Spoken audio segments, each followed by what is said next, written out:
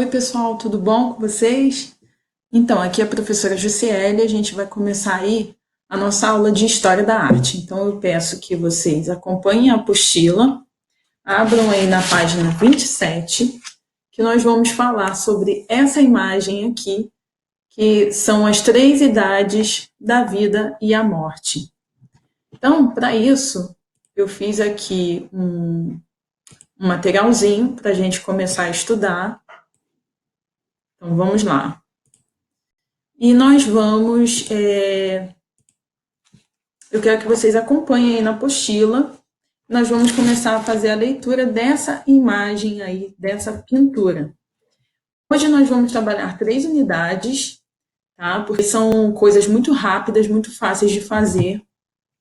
E nós vamos começar fazendo a leitura dessa imagem aí, que é do Hans Bandung, As Três Idades da Vida e a Morte. É uma tela, é um óleo sobre madeira, então ele pintou sobre uma madeira, é de 1510 e ela mede 48 por 33 centímetros, então uma pintura pequena, não é uma pintura grande.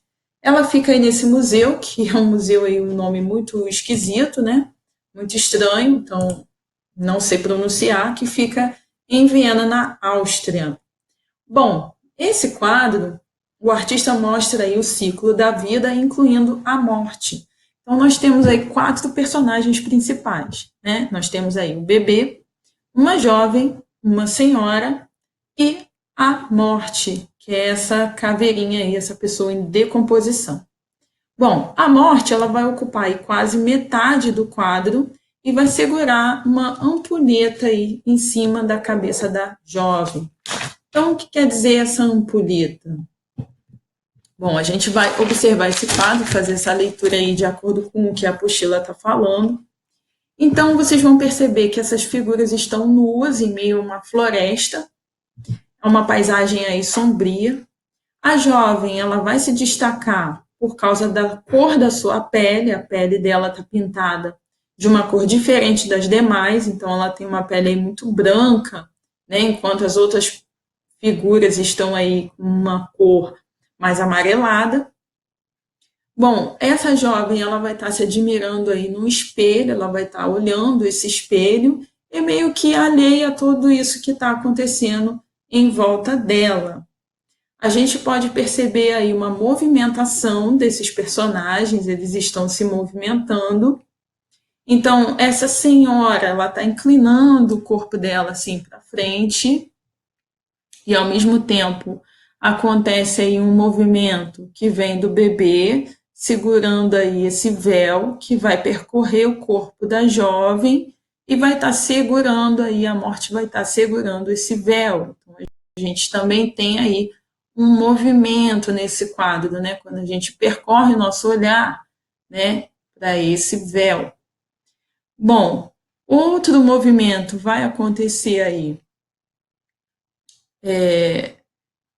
olhando essas figuras, você vê aí que tem um movimento, parece que elas estão aí fazendo uma dança, né? Estão aí se movimentando.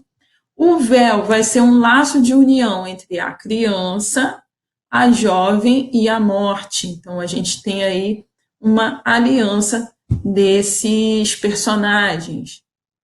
Bom, a imagem se completa com a velha, que afasta a morte com uma mão, e segura o espelho com a outra mão. Então, ela está fazendo esse movimento aí meio que desesperado. Bom, então nós temos em seguida 4 ou 5, acho que são 5 atividades. A gente tem aí como leitura de imagem, que é uma ampulheta. Então, se vocês já viram esse objeto em algum lugar, e qual o significado disso no quadro, por que esse personagem da morte está segurando essa ampulheta e o que ela significa. 2, para que serve o espelho aqui nessa imagem, né? Por que eles colocaram, esse artista ele colocou essa representação do espelho. E o 3 é se vocês vão fazer um desenho, uma composição, então, sobre a infância, a juventude e a velhice na visão de vocês. Então, vocês vão fazer aí 3 desenhos, tá? São 3 composições. Isso aí é facinho, eu sei que a turma gosta muito de desenho, então vai ser muito fácil para vocês fazerem. Bom, o 4, que está aqui atrás, ele vai pedir o seguinte, que vocês observem novamente aí a imagem e por que essa moça ela está aí totalmente despreocupada e alheia a tudo isso que está acontecendo. A morte está atrás dela, segurando a ampulheta, a senhora está ali meio que tentando tirar, né, essa atenção aí da morte em cima da jovem, mas a jovem mesmo está ali totalmente despreocupada. Então, o que isso quer dizer? Vocês vão me responder aí nessa quarta questão. Bom, a quinta eu acabei não colocando, mas é o seguinte, eu vou mostrar aqui para vocês na apostila, na página 30, eles vão pedir aí que vocês façam um recorte colagem, tá? Tirando aí de jornais ou revistas velhas que vocês tenham em casa. Bom, mas aí eu não tenho revista, não tenho imagem na minha casa, mas eu tenho uma impressora boa. Tudo bem, beleza, então vocês vão fazer isso, vocês vão pesquisar imagens sobre destruição natural ou provocada pelo homem e vão fazer aí uma composição colocando aqui na apostila de vocês. Tudo bem? Vamos aproveitar então, fazer um paralelo com isso que está acontecendo. Fazer uma destruição natural, vocês podem até recorrer a algumas imagens aí sobre o coronavírus e algumas devastações que tem feito em algumas cidades, vocês podem aproveitar e colocar aqui, fazendo a sua composição. Tudo bem? Então, seguindo, ele vai nos dar aí essa imagem, novamente, do Peter Bruegel, que a gente trabalhou na última aula, lembra dela? E essa imagem é o triunfo da morte, onde ele vai pintar aí, e nós vamos fazer novamente uma leitura dessa imagem, da gente falar sobre a perspectiva do artista, o que ele usou ali. Bom, vamos observar novamente esse quadro do Bruegel, e a gente percebe que a morte, né, lembra desse personagem aqui, ó, que está num cavalo?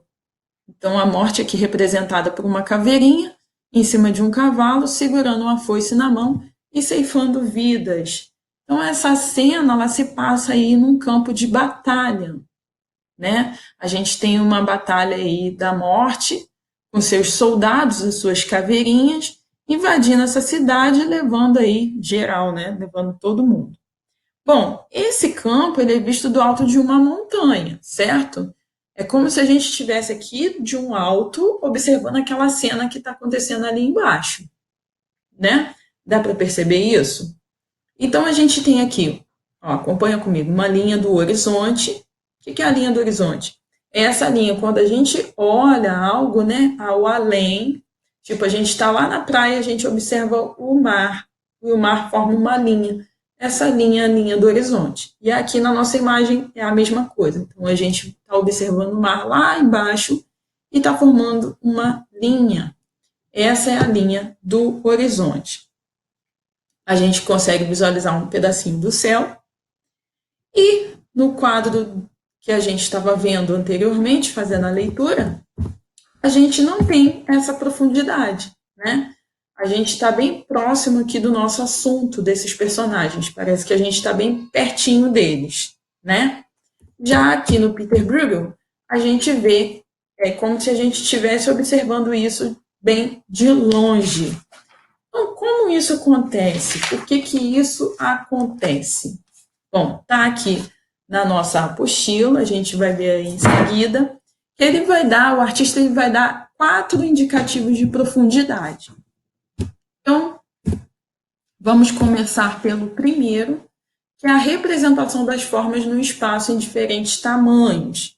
Então, vamos lá. Primeiro indicativo de profundidade. O que ele vai fazer?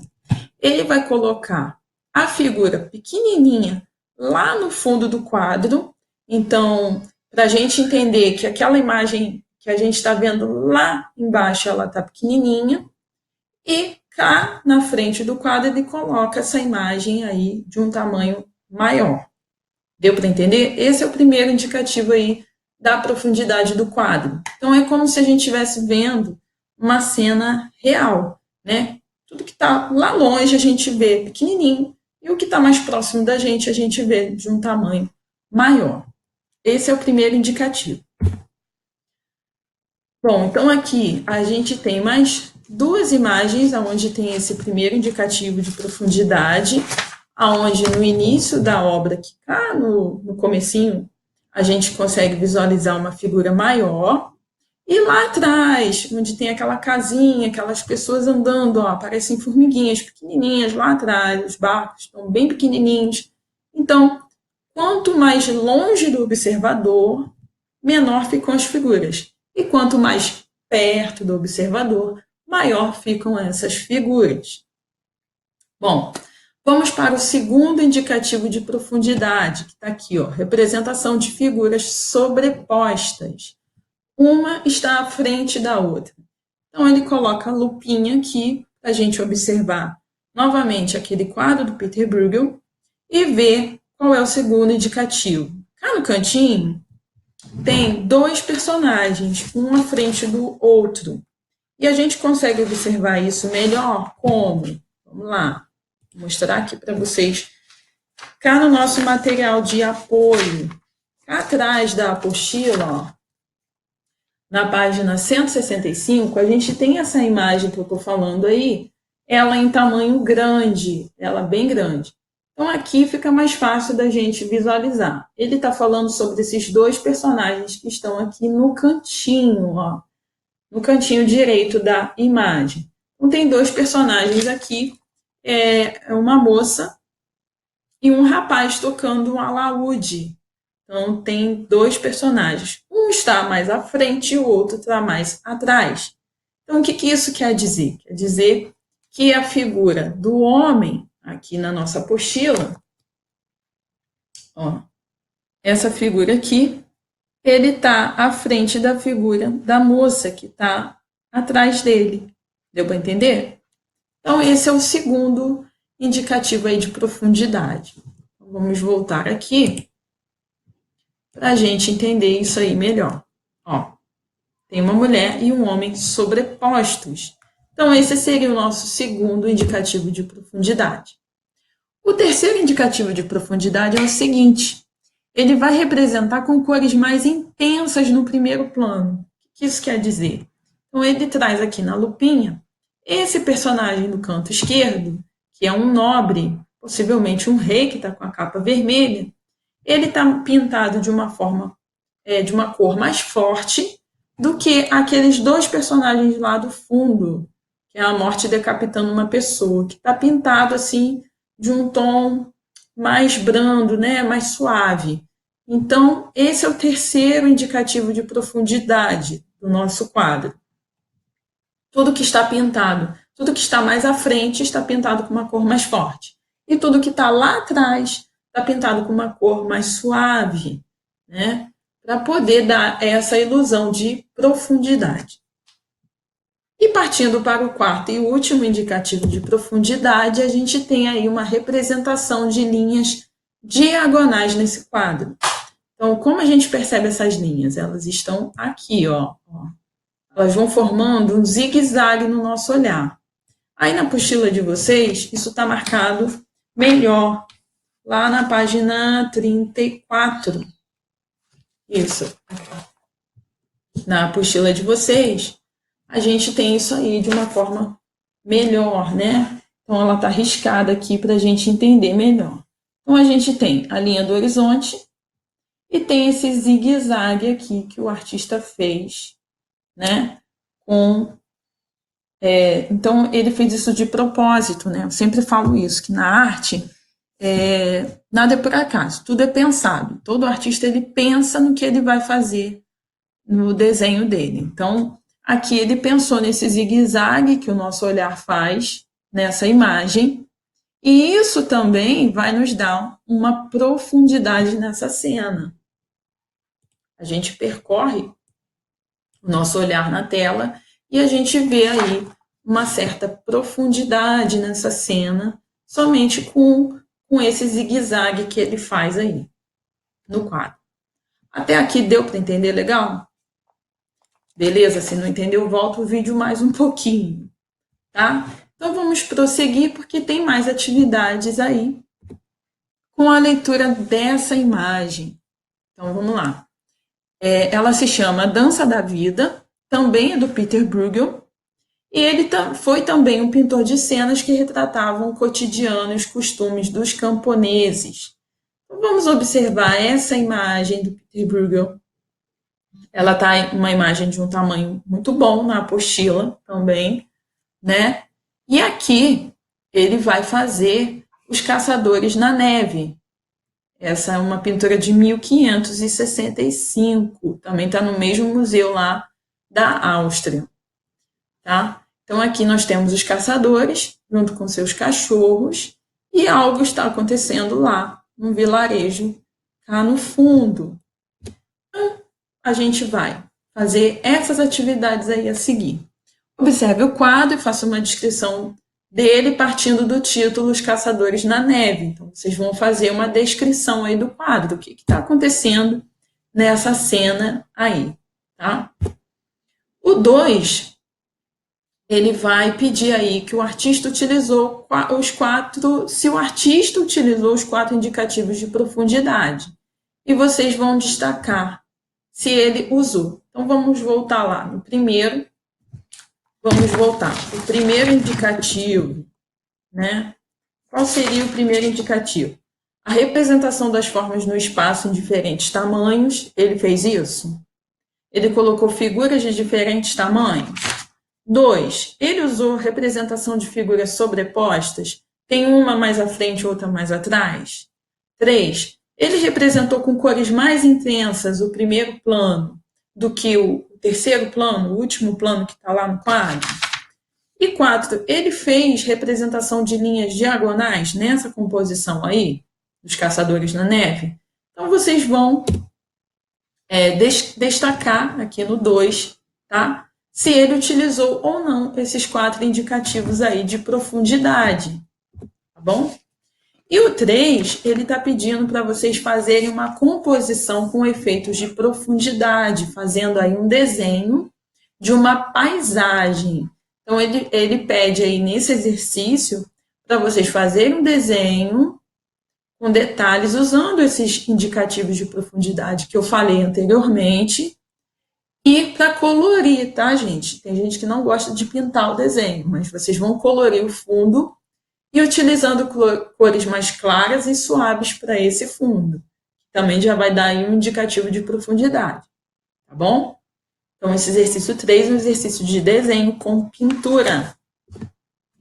E o 4 é o seguinte, esse 4 aí era para vocês fazerem esse exercício com os colegas de sala. Só que vocês vão fazer com as pessoas que moram aí com vocês, tudo bem? Então, vocês vão fazer esse exercício, que é sobre as guildas, que eu falei na aula anterior. As guildas eram corporações de ofício que reuniam trabalhadores com a mesma atividade profissional. Então, o que ele pede nesse exercício aí? Vocês podem fazer uma releitura de uma obra de arte, vocês podem pesquisar na internet alguma obra de arte que tenha a ver com essa relação das guildas. Vocês podem fazer uma paráfrase, pesquisa aí, isso é coisa de português, hein? Pesquisa o que é uma paráfrase ou uma música, ou uma outra atividade a escolher, pode ser uma poesia, tá? Então, algo aí artístico, tá bom, gente? Aqui, eles pedem para vocês descreverem como vai ser essa atividade. E nesse outro espaço, da página 39, é para vocês fazerem a poesia, a música ou o desenho, aí na página 39, tá bom? Então, vocês vão pedir aí a ajuda dos pais, dos avós, dos irmãos, enfim, das pessoas que moram aí na sua casa para poder fazer esse último exercício aí, que é o 4, tá? Então, finalizando aqui a nossa aula, a próxima aula a gente já vai iniciar a nossa unidade 3, então tem muito exercício, tem muita coisinha para fazer, tá? Então, eu espero vocês na próxima aula, tô com saudade. Fiquem com Deus. E qualquer dúvida, qualquer coisa, manda aí um e-mail para a escola que eu vou tirar a dúvida de vocês, tá bom? Beijão.